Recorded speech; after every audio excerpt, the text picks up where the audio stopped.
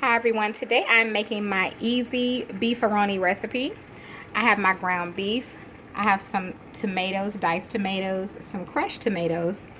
I have two types of noodles here, elbow noodles you can use. You can use the larger ones or the smaller ones. It's totally up to you. We have our pesto here. I have my peppers already cut up and we have our spices, okay? Now the first thing I like to do is go ahead and cook my macaroni noodles, which I have done. I did boil them in some chicken broth and a little bit of oil and a little bit of salt. And now we're going to cook our ground beef.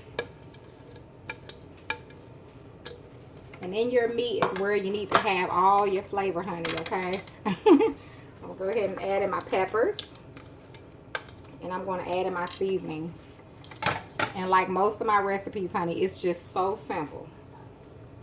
When you taste it, you're not going to believe it. As far as my spices today, you all, I use some garlic powder. I use some of my Caribbean all-purpose. I use a little adobo and a little bit of my Greek all-purpose as well. So we're going to let this start cooking. And then you just want to cook your ground beef, of course, until it's cooked. There's no more pink and all your meat is brown. And then we'll move on to the next step. Alright, now that my meat is done, I'm going to add in my tomatoes. At this point, you want to go ahead and put your oven on 350. If you want to put yours in the oven, there is an alternative way. You could just continue to cook this on the stove. I'm going to put mine in the oven because I want it to bake a little while with some cheese on top, which we'll get to that point. So you just stir in those tomatoes, honey. Now, if you don't like tomatoes, just leave them out, okay?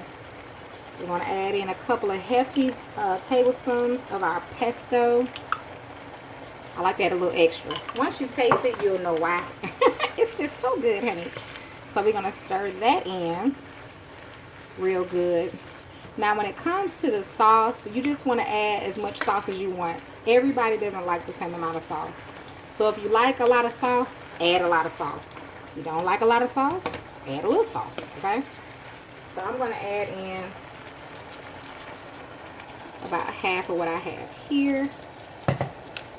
Kind of stir it in. I'm going to turn the stove down some because we don't want it to start popping all over the place.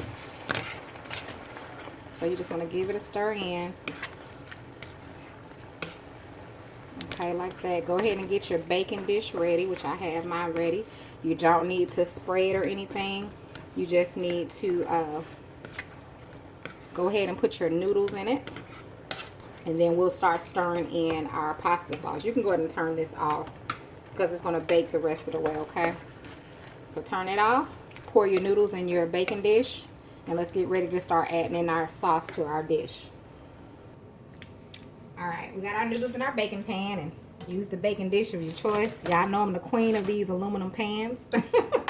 Thank God for Sam's that sell them for me in a bulk size.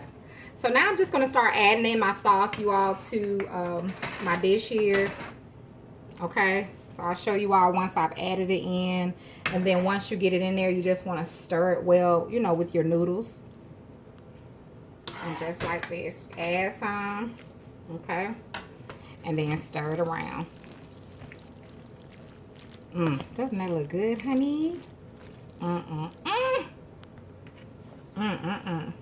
Now, last but not least, I'm going to add on cheese. If you don't want to add cheese, you don't need to add it, okay? You don't have to add it on. As a matter of fact, you don't even got to put it in the oven if you don't want to. But I definitely would recommend you allowing your meal to simmer on the stove for a little bit before you serve it, okay? So I'm going to add a little bit more cheese on the top for mine. I like a little cheddar cheese on top as well. This is Parmesan. Like an Italian blend. And now we got some cheddar cheese, okay? And we're going to get ready to put this in the oven. I am going to cover it. And then I'm going to bake it on 350 about 20 minutes. And when I come back, I'll show you all the finished product. And we're going to taste it, honey. Alright, y'all. Our pasta is done. I did leave it in the oven a little longer than the 20 minutes. So you just want to let yours bake until your cheese melts, honey. Can y'all see that? Let me give y'all different view here. So we're gonna go ahead and dig in it, honey, and put some on a plate. Now you don't have to add cheese for the beefaroni. So I just want to let you know that all you need is your meat, you know, your noodles, your sauce, and you know, that's pretty much it for your beefaroni. You don't have to do the cheeses and whatnot, okay? So let's put some of that on a plate. Okay, so we can taste it. All right, so here it is.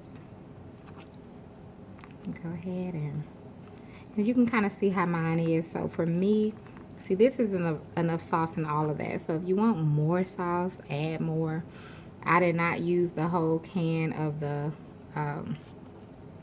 crushed tomatoes, or you can use tomato sauce.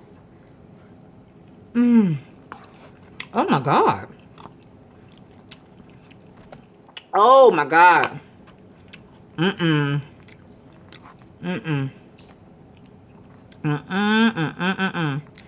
You all, this is so good. This is so good.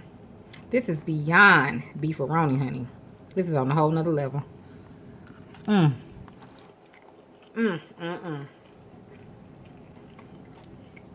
The flavor. Man. This is so good. This is a great idea too, you all, for the 4th of July.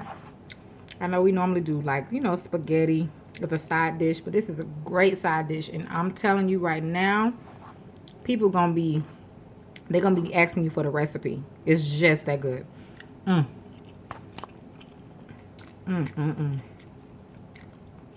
I wish I could describe it. It's so good. So give it a try. Follow the steps like I made mine, you all. It's so good. I want to thank you all so much for watching. And you have a wonderful, blessed day.